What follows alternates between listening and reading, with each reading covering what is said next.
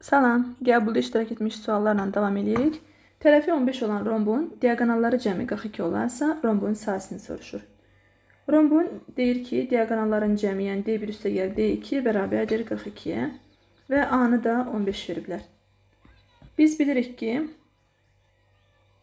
deməli rombun diaqonalların kvadratları cəmi, yəni D1 üstəgəl D2-nin kvadratı bərabərdir 4A kvadratına. Biz bunu müxtəsər modüsyona görə açırıq. D1 üstəgəl D2-nin mötərizə kvadratı minus 2D1 D2 bərabərdir 4A kvadratı. 42-nin kvadratı minus 2D1 D2 bərabərdir 4 vur, A da 15'dir, kvadratı 225.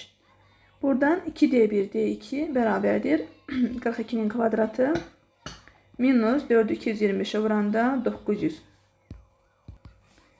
Davam eləsək, deməli 2D1 D2 bərabərdir 1764 minus 900. Deməli, olacaq 2D1 D2 bərabərdir 1764'dən 900 çıxanda 864.